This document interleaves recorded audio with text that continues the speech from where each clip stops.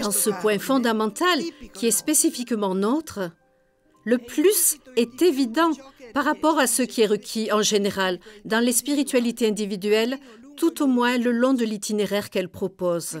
Ce plus, comme nous le savons, est la réciprocité et l'unité. L'unité.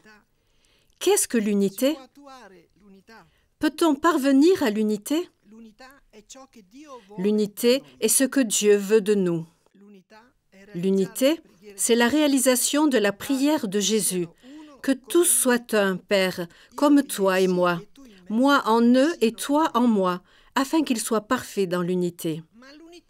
Cependant, nous ne pouvons parvenir à l'unité par nos seules forces.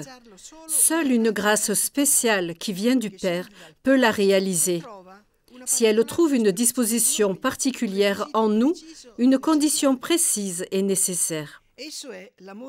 Il s'agit de l'amour réciproque que Jésus nous a commandé et que nous devons mettre en pratique. Son amour réciproque, celui qu'il désire, et qui n'est pas, nous le savons, une simple amitié spirituelle, un accord ou une bonne entente. Il exige que nous nous aimions les uns les autres comme il nous a aimés, c'est-à-dire jusqu'à l'abandon, jusqu'au détachement complet des choses et des créatures, matérielles et spirituelles, afin de pouvoir nous faire un réciproquement et de façon parfaite.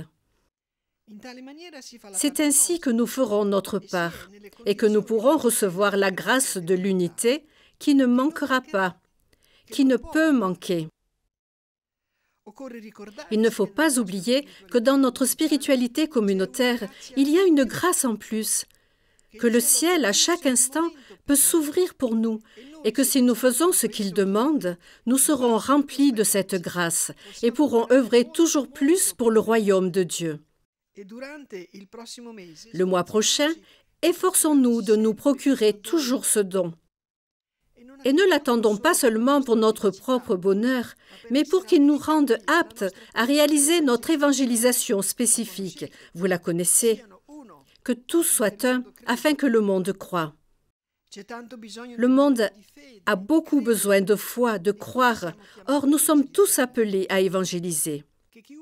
Que tous ceux qui voient 2 ou 3 d'entre nous unis, au focolare, dans les noyaux, dans les unités, dans les rencontres que nous organisons, ou quand nous sommes ensemble fortuitement, soient touchés par un rayon de notre foi et croient, qu'ils croient à l'amour parce qu'ils ont vu.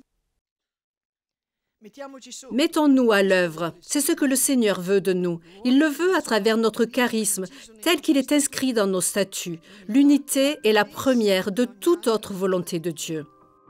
Ensuite, nous pourrons aussi parler pour faire rayonner l'Évangile, mais après seulement.